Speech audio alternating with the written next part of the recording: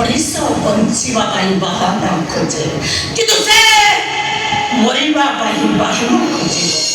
ଏବେ ବି ସେ ନିଆଁ ଆମ ଭିତରୁ ଲିଭିନି। ସେଇଦିନ ଲିଭିବ ଯୋଉଦିନ ସିଏ କିଏ ସେ ଲୋକ ଯାହା ପାଇଁ ଏତେ ବଡ଼ ଘଟଣା ଘଟିଗଲା?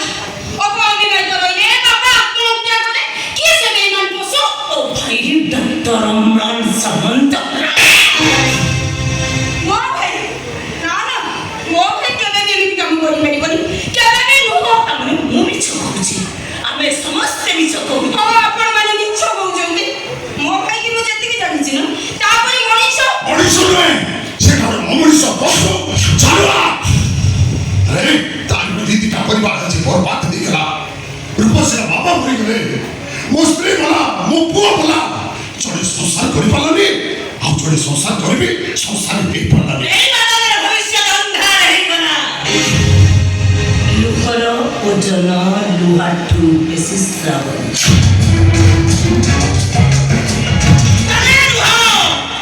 ଅନେକ ଲୁହର ଓଜନ ତୋ ଭାଇ ଲୁହର କାରଣ ସାଜିଛି ଅଗ୍ନିର ଉଦ୍ଗିରଣରେ ଭସ୍ମ ହବ। ଆମେ ସମସ୍ତେ ଲୁଚି ଲୁଚି କାନ୍ଦୁଛୁ କିନ୍ତୁ ତୋ ଭାଇ ଲୁଚି ଲୁଚି କାନ୍ଦିବ। ଭୀଷଣ କାନ୍ଦିବ ତୋ ଭାଇ। ଆମ ଲୁହର କାରଣ ତୋ ଭାଇ, ଆଉ ତା ଲୁହର କାରଣ ହବ ତୁ।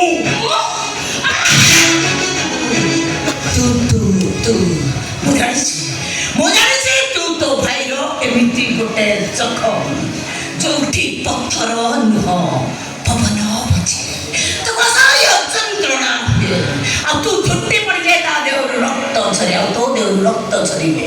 ସେ ଛପଟ ବାସ ଭାବିକିନା ମରିବ ତୋ ଭାଇ। ମୋ ବାପା ଯେମିତି ମରିଛନ୍ତି ତୋ ଭାଇ ଠିକ ସେମିତି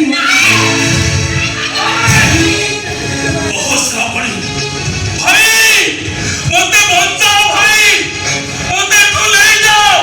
ଏମାନେ ମତେ ବହୁତ ମାରୁଛନ୍ତି, ବହୁତ ଯାତନା ଦଉଛନ୍ତି। ଏବେ କହ ଭାଇ,